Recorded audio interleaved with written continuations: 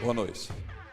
No segundo programa, em homenagem aos 110 anos da imigração japonesa, chegamos à maior cidade do mundo, Tóquio, a capital onde tradição e tecnologia se unem num casamento perfeito. 40 milhões de habitantes e oportunidades para todos. Nesta fascinante metrópole asiática, vamos conhecer brasileiros que enriqueceram trabalhando e japoneses tão ocupados que aos 77 anos ainda não encontraram tempo para conhecer o próprio país. O trabalho motiva e angustia, seduz e estressa, mas Tóquio busca o novo a cada minuto. Uma terra zen e frenética ao mesmo tempo.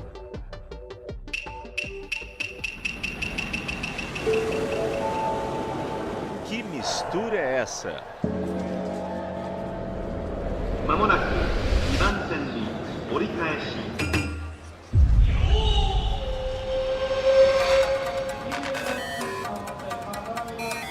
O mapa do metrô de Tóquio resume o Japão à primeira vista.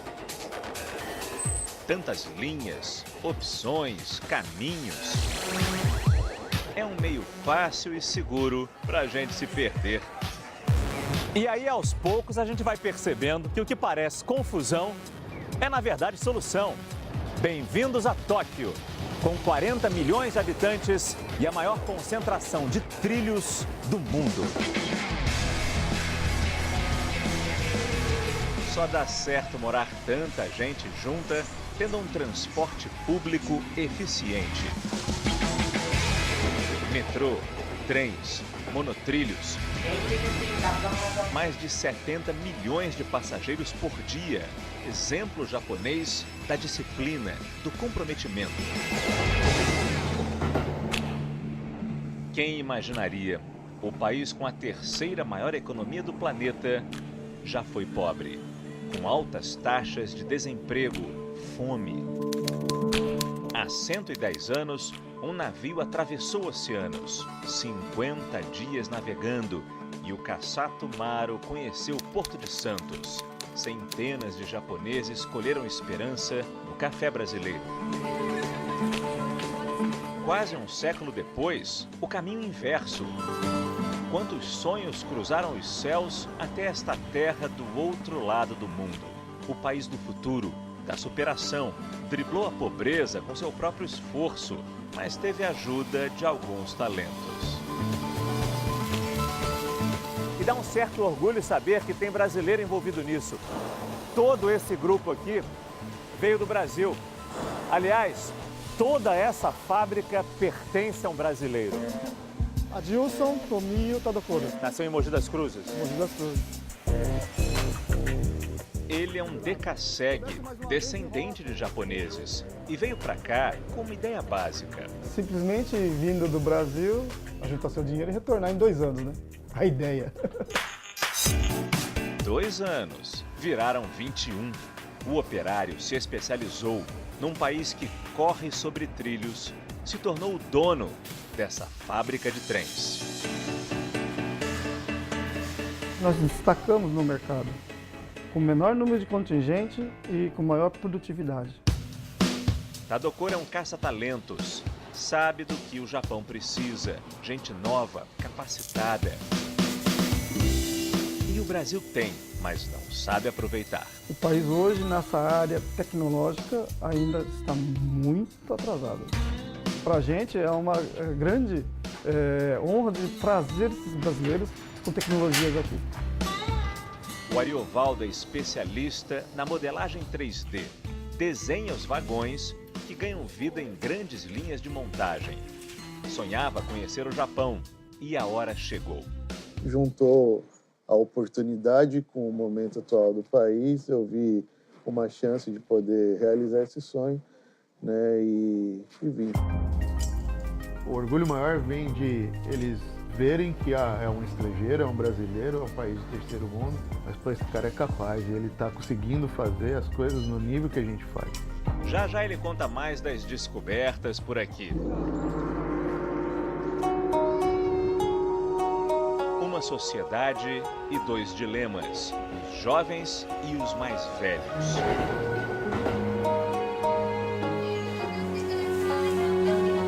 Sugamo é um bairro para fazer amigos. Desodore é a rua do comércio e das populares cuecas e calcinhas vermelhas. Dizem que afastam maus espíritos e trazem felicidade. Eles nos recebem com gentileza. 26% dos japoneses têm 65 anos ou mais. Nenhum outro país tem uma proporção de idosos tão grande.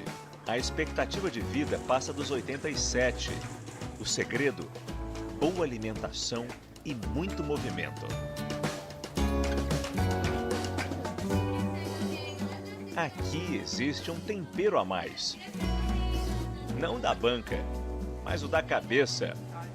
Chapéus, um desfile de charme e tradição. Seu Tamura entende do assunto. É um bom lugar para vender chapéus. Todo mundo aqui gosta e o meu preço é bom. A sua loja abre todos os dias, nunca fecha? Aqui a gente não tem folga. Trabalhamos tanto que eu nunca consegui viajar pelo Japão. Dedicação, uma vida inteira.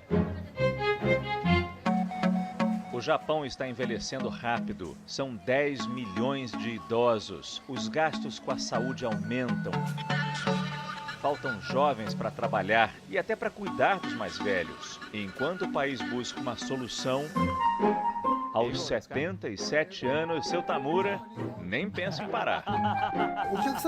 Meu pai trabalhou até o fim da vida e eu também não pretendo me aposentar. Gambatte kudasai. Arigato. Mas e a turma mais nova? Viemos até uma das áreas mais jovens e divertidas de Tóquio. Harajuku. O bairro da juventude é colorido. Morango, abacaxi, melão, maçã verde. Oh, que delícia. Hoje, arigatou gozaimasu. O dente dela fica todo sujo. Estilo, vaidade. As unhas são tão variadas quanto ela. Na mistura, tem lugar para todos. Tantas cores, sabores. É um churros com uma cara boa. É muito creme. Regime foi para cucuia.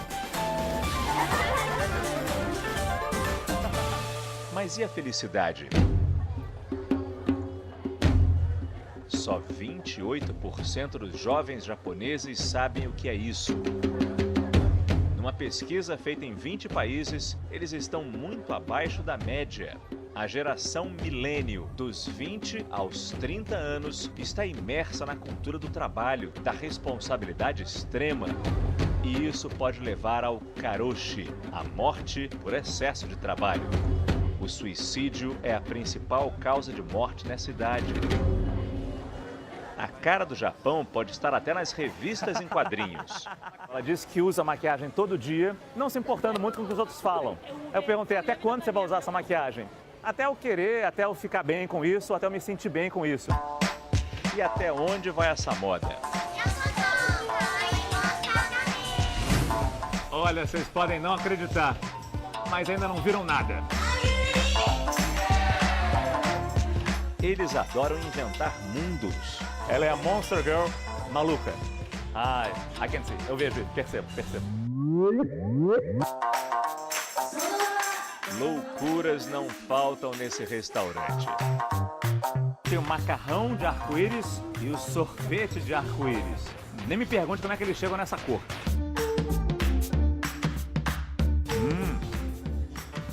Gostoso. Esses japoneses mergulharam na ficção e deram vida aos mais fantásticos robôs. São os futuros trabalhadores. Estamos em Yokohama. O estádio vocês conhecem. Essa é a cidade do Penta. Acabou! É Penta! Da taça erguida na Copa do Mundo de 2002. E queremos de novo lá na Rússia.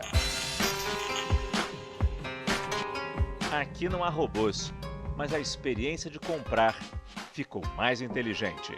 O mais interessante dessa tecnologia é que basta eu me aproximar da roupa que as informações já aparecem na tela. Eu já sei aqui as cores disponíveis, eu já tenho aqui também os tamanhos e até as combinações que eu posso fazer com esse casaco. E a internet completa. Aí eu balanço o braço aqui, ó. Vem comentários. Essa pessoa, por exemplo, comprou 2 casacos, um preto e um azul. Gostou tanto e ainda deu nota 5. 5 estrelas. Deve ser bom. E ainda elogiou. É fofinho. A ideia é tornar a compra mais divertida, misturando o mundo virtual e o mundo real. A nossa intenção não é reduzir o número de empregados. Botar no carrinho. Você usaria esse sapato? Para suprir a falta de mão de obra no país, as máquinas estão assumindo o caixa. E a máquina está me orientando ao seguinte, a pegar a cesta e colocar diretamente aqui dentro. Ah, tudo apareceu aqui direitinho que eu comprei ela. Aí aqui eu aperto agora para pagar. A novidade se espalha pelo Japão. Pegou a notinha, é só pegar os produtos e ir embora.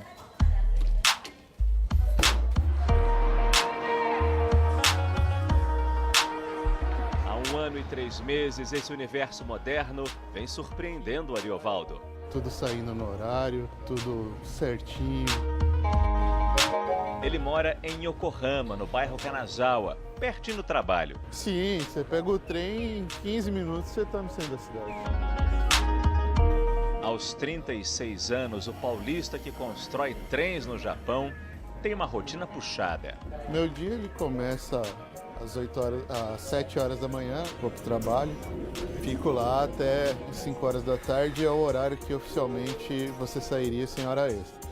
Mas isso é raro, é raro de sair.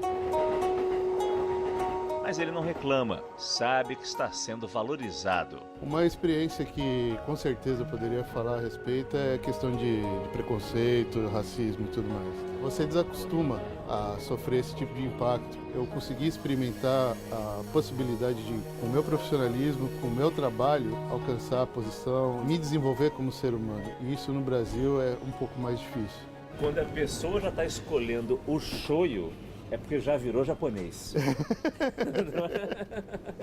Nesse tempo que você está aqui, você engordou ou emagreceu? Engordei. Engordei um pouco, bastante. É caro viver no Japão? Se você quer uma alimentação mais saudável, você vai pagar muito caro aqui. Obrigado, irmãos. Você olha no final do mês e tenta converter em reais quanto você gastou, você fala, nossa, passei muito. Ele nos leva até a casa dele. Logo na entrada a gente tem a máquina de lavar e uma cozinha pequenininha, né? Você começa a aprender a usar tudo como espaço útil. Os quartos são lá pra dentro. O quarto, é o escritório. Quando eu preciso adiantar serviço, eu já faço por aqui mesmo. Na cozinha, o Ariovaldo aprendeu a economizar usando ingredientes japoneses, como os cogumelos. O custo cai bastante, né? Porque são produtos do dia a dia dele, é como comprar arroz e feijão lá no Brasil. Teria isso acompanhado da salada pronta que eu compro. Salada você não faz? Não, o custo sai muito caro. O toque final são as salsichas.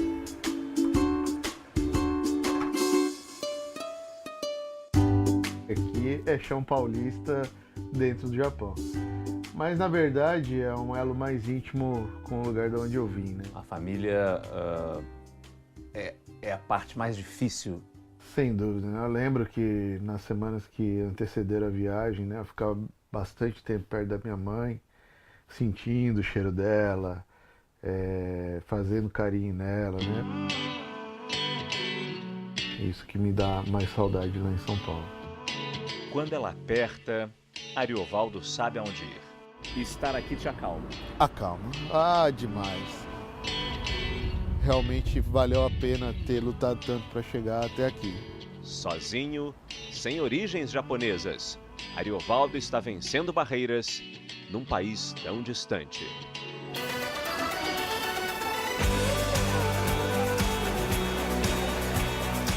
Tóquio tem o maior e mais famoso cruzamento do mundo. Fica em Shibuya, numa esquina de arranha-céus. Mas 8 décadas atrás, o bairro era assim. Foi quando um certo cachorro entrou em cena. O ano 1935. O cachorro vinha todo dia a este ponto, em frente à estação de Shibuya. Os trens eram muito parecidos com este aqui. Ele vinha esperar o dono que voltava do trabalho. Um dia, o dono não voltou. Morreu no caminho. Mas o bichinho continua aqui, esperando, esperando. Se passaram quase 10 anos, até que ele não resistiu. Para os japoneses, essa é a maior prova de fidelidade, de amor. E por isso, ergueram uma estátua para o cachorro que tinha o nome de Hachiko. Hoje, o mais importante ponto de encontro na capital japonesa.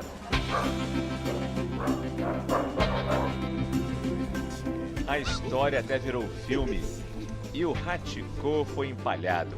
Ganhou um lugar no Museu Nacional de Natureza e Ciência. A raça nunca mais saiu do coração desse povo. Eu não sei se é um cachorro ou se é um ursinho. Olha que bonitinho. Os Akitas japoneses são as estrelas desse criadouro. No passado, só os samurais podiam ter um. Garoto. Parece um lobo, né? Uma delícia o pelo. Muito macio, né? Por causa do pelo, a raça quase desapareceu. Durante a Segunda Guerra Mundial, ele era usado para aquecer os soldados. Eu achava que só tinha Akita claro, mas esse escuro também é Akita japonês. Eu escolhi criar os Akitas por causa do temperamento deles. São dóceis. É um cachorro que tem bom coração. Para esse casal, os Akitas unem as pessoas. Nem todos os humanos têm essa comunicação tão bonita quanto o Hachiko e seu dono. A senhora acha que tem essa relação? Eu espero chegar lá. Não é só com o cachorro não, mas com ele também. Entre nós. Ela é ótima. Eu devo confessar que não sou muito fã de cachorro, não. Eu tenho gato. Mas é impossível não se apaixonar por essa, que é a raça favorita dos japoneses.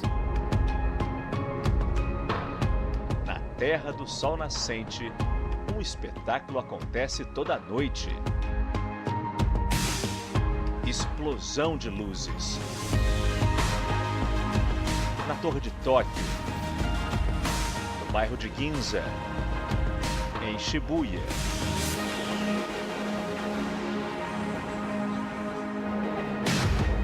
O complexo industrial em Kawasaki lembra um cenário de ficção científica. A cidade de Yokohama é vizinha a Tóquio e tem uma relação como se fosse Rio, Niterói, São Paulo, Guarulhos. É uma cidade menor, mas é muito importante. É uma cidade cintilante. A gente lembra que o Japão é um país que não para nunca. E isso também acontece lá na fábrica do seu Tadokoro. Desenhar, construir vagões é preciso esforço. Jeitinho brasileiro não existe. Mas o senhor atribui essa sua vitória aqui no Japão a quê? Talento seria uma parte, esforço seria outra. Hora das entregas e o expediente vai longe. Mas quem pode, se joga no rock.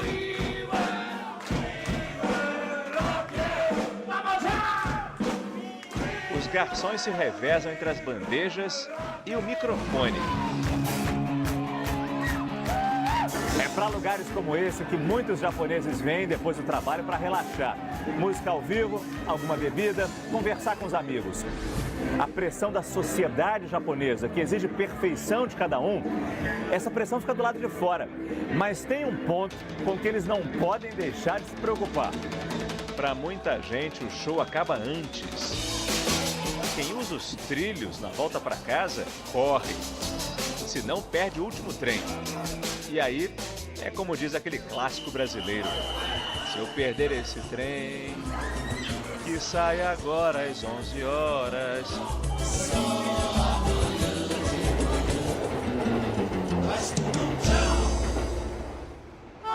Um passeio de Maria Fumaça. os sabores numa feira de rua, a paixão pelo arroz e as luzes que vão te surpreender. Tudo isso no próximo bloco. A gente volta já já.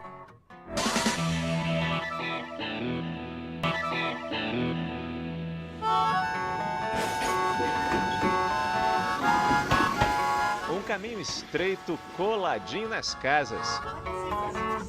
Moradores e trens urbanos convivem assim desde 1872. São 27 mil quilômetros de linhas férreas no Japão. Chegamos em Kamakura, na província de Kanagawa. A cidade foi a capital feudal do país de 1185 a 1333. Era o tempo dos shoguns, os líderes militares do Japão medieval.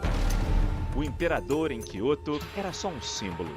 O temido clã Minamoto governava em Kamakura, protegido pelas montanhas e pelo mar.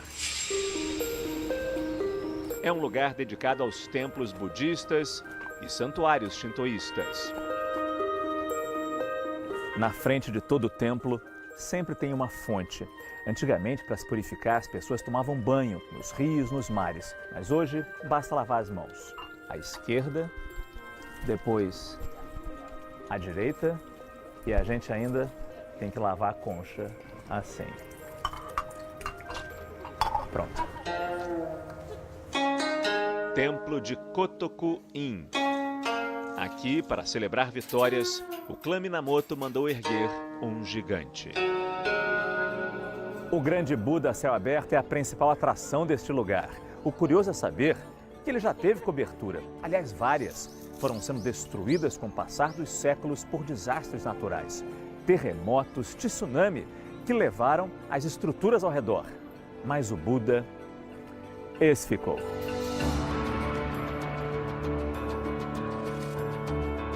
Daibutsu, a estátua de bronze, tem 13 metros de altura.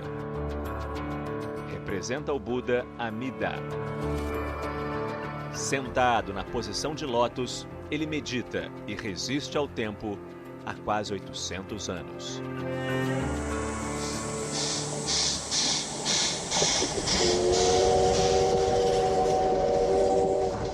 Ah, esse apito! Faz par com a gaita do seu Sugimori. Ele tem 73 anos. A Maria Fumaça, quase 90. Juntos, atravessaram o país inúmeras vezes. Arigato! Sumimasen! Oh, sugoi, né? Eles chegaram a todo vapor. Arigato! Toda viagem de trem no Japão é assim. Sempre tem uma excursão escolar. Eles aprendem de pequeno a usar e a respeitar os trens. Arigatou gozaimashita.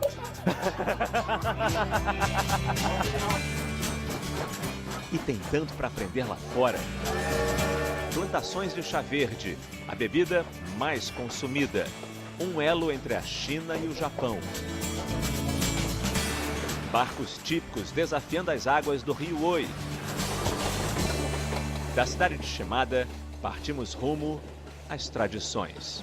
Em comum a todos os japoneses, o gosto pelo arroz. Eles comem o dia inteiro, desde o café da manhã, nas refeições em geral. As crianças levam para o lanche da escola. Não é só comida, é parte da história deste país e de cada um deles.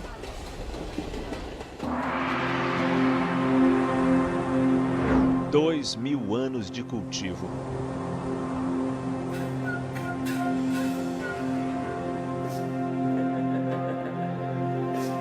O gohan, arroz cozido japonês, é a base de uma arte. Vai ganhando forma. E surgem os delicados sushis, que encantam e alimentam. Durante séculos foi moeda. Samurais eram pagos com arroz e a riqueza dos senhores feudais se media pelas sacas no estoque. Buscando um tesouro, esbarramos em outro, Wajima, cidade costeira na província de Ishikawa. Vizinha a extensas florestas. O milhafre japonês, parente dos falcões, está em casa, literalmente. é dia de feira, uma das maiores do país. Olha o que a gente achou aqui. Essa senhorinha simpática diz que é um mini kiwi. Yes, mini kiwi. Mas é impressionante como é doce. São alimentos orgânicos da colheita, vem direto para cá. Essa feira é famosa pelos produtos em laca, então o potinho de madeira, depois de receber o esmalte, fica assim, ó, com um brilho muito bonito. E tá pela metade do preço. Impossível resistir. Arigato. Perceberam? Os japoneses são apaixonados por gatos. Temperos não faltam, nem frutos do mar. Conservas de ouriço, lulas secas no espetinho e o polvo com cara de mal. Já os peixes chegam fresquinhos. Ai, arigatou gozaimasu. Melhor de comprar produto fresco é comer na hora. Vocês nem imaginam que peixe eu tô preparando na brasa. Esse será o meu primeiro baiacu. Sim, baiacu, dono de um poderoso veneno. Peixe desse. Delicioso. E assado na hora é outra coisa, né? Mas viemos atrás do arroz. Em Uajima, ele é plantado em terraços, nestas encostas, de frente para o mar do Japão.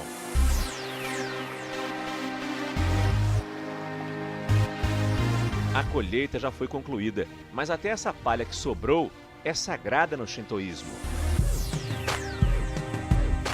A técnica está se perdendo. O Sr. Domai, produtor, explica.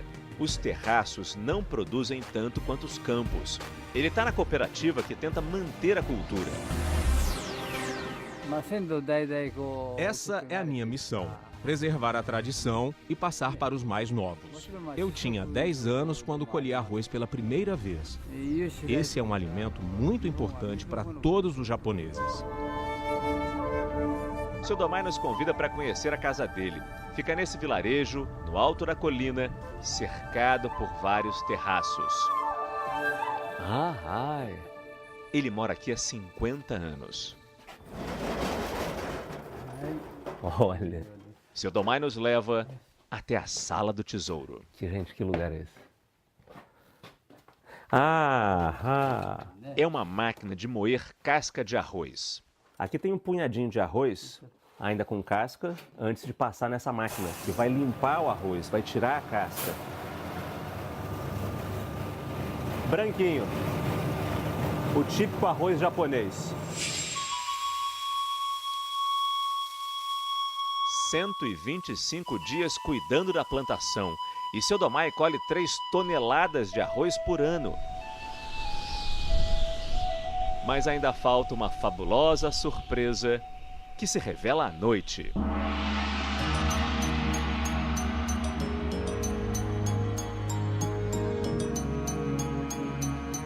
Quem imaginaria um espetáculo assim?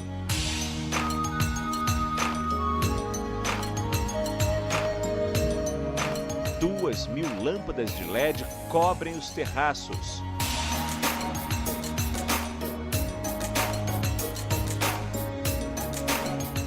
Ficamos hipnotizados diante das luzes. Um encontro de tradição e modernidade. É o Japão do século XXI.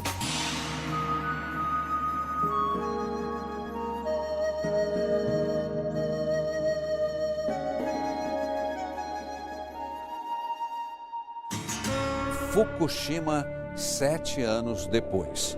Nossos repórteres caminham por uma cidade devastada pelo tsunami e entram na zona de perigo radiativo. É daqui a pouco.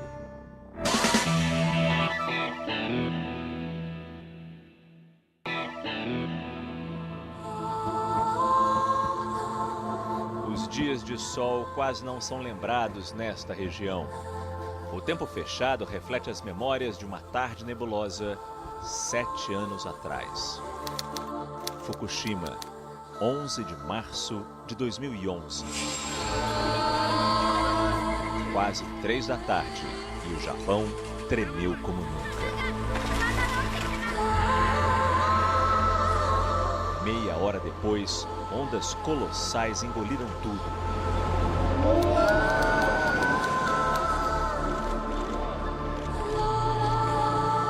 A usina nuclear explodiu e o pânico radioativo contaminou Fukushima.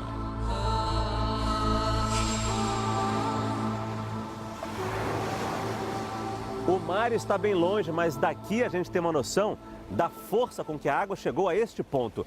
Esta barreira de ferro ficou completamente retorcida. E ela nos conduz a uma ponte até hoje interditada. A pequena Tomioka é uma das inúmeras cidades da região de Fukushima devastadas pelo tsunami. Não é a primeira vez que eu venho a Fukushima e o sentimento mais forte aqui, não só para mim, mas para qualquer pessoa, é de tristeza. Todo o sofrimento dos moradores e o que ainda falta ser feito nessa região, tudo isso fica muito claro em cenários como este, onde o mato e o silêncio tomam conta de tudo. A impressão que a gente tem aqui é que as pessoas saíram correndo. Elas receberam um alerta de radiação, da onda que chegava, e saíram correndo. E não pegaram absolutamente nada. A casa não foi saqueada. O forno de micro-ondas, a geladeira, está tudo aqui ainda, esperando os moradores voltarem.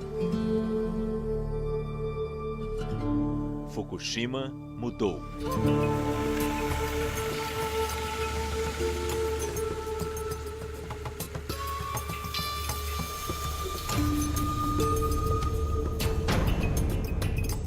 Aumentaram os casos de depressão, ansiedade, alcoolismo, estresse pós-traumático. Por causa da radiação, ainda existem áreas proibidas. Sacos pretos enormes guardam lixo radioativo. Em toda a região, a gente acha medidores de radiação como esse. Eles ficam monitorando 24 horas o ar para ver até que ponto ainda é perigoso ou não estar aqui. Atravessamos uma estrada onde ninguém pode sair do carro por causa do risco para a nossa saúde. Os ventos levam poeira e essa poeira pode conter radiação também, que porventura esteja até na folha das árvores. Daqui em diante, não podemos entrar. É isso, não entra ninguém. As zonas de exclusão são liberadas após a limpeza e as pessoas podem retornar, mas muitas continuam nos abrigos. O protesto é contra a volta dos trens com mais moradores, enquanto existe perigo radioativo. Mas a nova estação vai ser inaugurada hoje, com festa e comida típica. Com a volta dos trens, sinto que agora a cidade vai ficar mais animada. Este é exatamente o momento tão aguardado pelos moradores de Tomioka. A volta do primeiro trem à nova estação da cidade.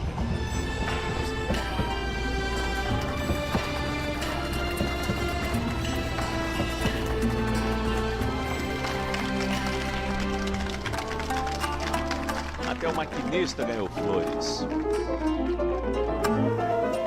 Lá fora a manifestação continua. Mas Tomioka está olhando para frente, erguendo barreiras para conter a fúria do mar e evitar outra vez o pesadelo. Muito trabalho ainda para fazer aqui, né? No Japão, quando uma estação de trem surge, as cidades crescem ao redor. Em Tomioka, os dias cinzentos ficarão para trás. E o maior problema continua se acumulando lá fora. O que fazer com o lixo que ainda vai emitir radiação pelas próximas 5 décadas? Como desmontar a usina de Fukushima, retirar todo o combustível radioativo dos reatores destruídos? Desafios para este país.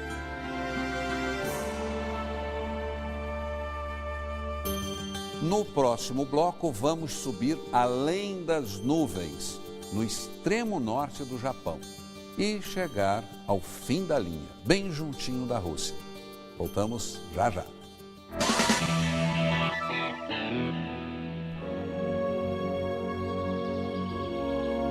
Chegamos ao norte do Japão, Hokkaido, uma província que ocupa toda a ilha. É interessante perceber que, apesar de ser a segunda maior ilha a formar o arquipélago japonês, Hokkaido tem uma população relativamente pequena se a gente leva em conta o seu tamanho, o seu território. São cerca de 5,5 milhões de habitantes que se espalham por cidades, muitas delas conectadas por trem. E circulando por aqui, a gente percebe quem manda realmente nesse lugar. A natureza, o verde. Hokkaido é terra de parques nacionais. E também tem metrópoles.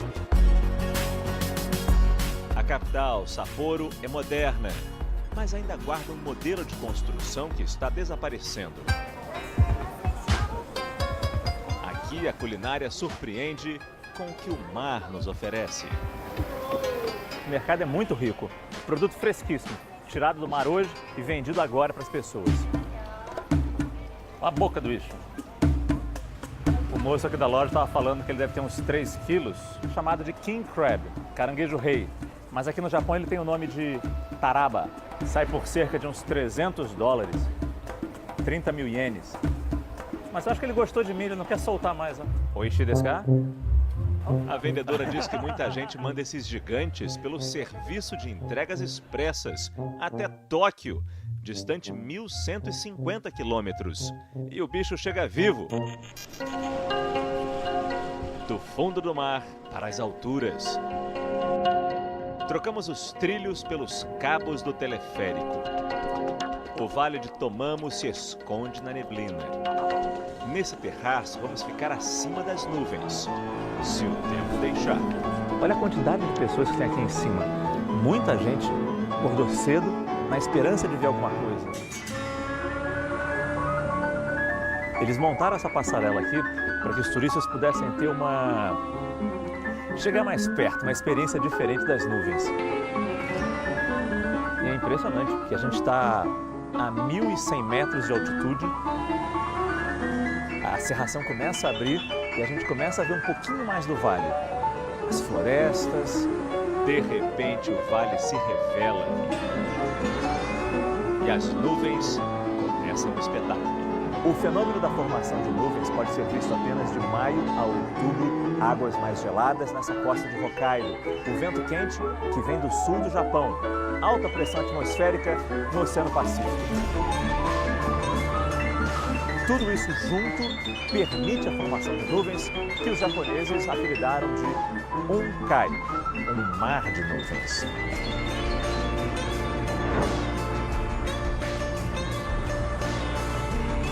O Unkai corre sob a ponte. Agora falta pouco para o fim da aventura. O último pedacinho do Japão fica tão próximo à Rússia que as placas usam o alfabeto cirílico. Aqui um farol se destaca, no ponto mais ao norte do mapa. Quem gosta de viajar certamente conhece a frase que existe com diferentes versões, nas mais diversas línguas, mas que diz mais ou menos o seguinte: melhor do que chegar é aproveitar a viagem. E por que eu estou falando esse ditado agora? Simplesmente porque chegamos. Este monumento representa o fim das linhas férreas no Japão, o fim dos trilhos. Nessa jornada, conhecemos um país orgulhoso do que construiu, do que alcançou. Terra de gente valente, que foi para longe, fincou novas raízes, sem esquecer de onde veio.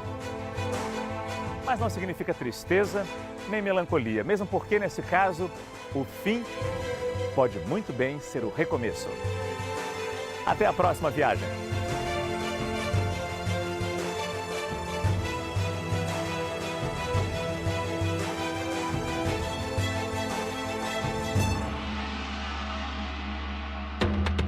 Para rever a nossa viagem pelo Japão, acesse o Globoplay. Fique agora com a super série Onde Nascem os Fortes. Boa noite.